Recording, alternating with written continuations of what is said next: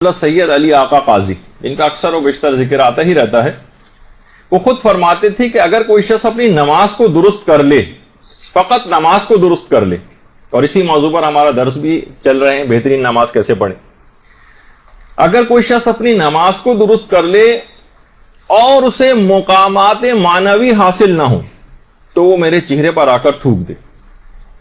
اتنی اہم ترین چیز ہے اپنی نمازوں کو اور اپنی عبادات کو بہتر سے بہتر بنانا، کہ اگر کسی شخص نے اپنی نماز کو بہتر کر لیا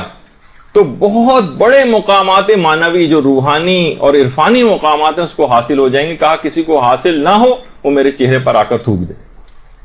آیت اللہ علی آقا قاضی نجف اشرف میں جو وادی السلام جو قبرستان ہے، وہاں پر ان کی قبر مبارک بھی ہے۔ تو یہ کیسی چیز ہے۔ اسی طرح سے آیت اللہ حسن علی نخودکی اصفہانی، جن کے نماز کے بعد کا عمل اکثر آپ کرتی ہیں، آیت الکرسی اور سورہ قل ہو اللہ والا، یہ اپنے بیٹے کو نصیحت کرتے تھے، کہتے تھے بیٹا اگر 40 دنوں تک بھی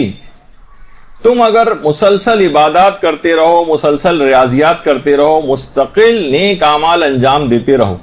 اور فقط کوئی سے ایک دن نماز فجر قضا کر دو، تو یہ بات یاد رکھ لو کہ تمہاری ساری پچھلی عبادات، ساری پچھلی ریاضیات سب بے قیمت ہو کے رہ جائیں گی، حبام منصورہ ہو جائیں گی، بالکل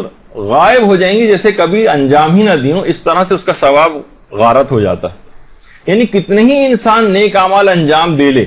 اور 40 دنوں تک مسلسل انجام دیتا رہے اور فقط ایک دن کی نماز فجر قضا کر دے، سارے پچھلے نیک اعمال کا بالکل نیک اعمال ضائع ہو جاتے ہیں۔ اور خود فرماتے ہیں کہ ساری زندگی میں میری فقط ایک دفعہ ایک نماز قضا ہو گئی تھی، اگلے دن میرا بیٹا فوت ہو گیا تھا۔ اور فرماتے ہیں کہ اگر کبھی میری کبھی کسی وجہ سے نماز شب فوت ہو جائے تو میں اگلے دن مستقل ڈرتا رہتا ہوں کہ کہیں کوئی بلا نازل نہ ہو جائے۔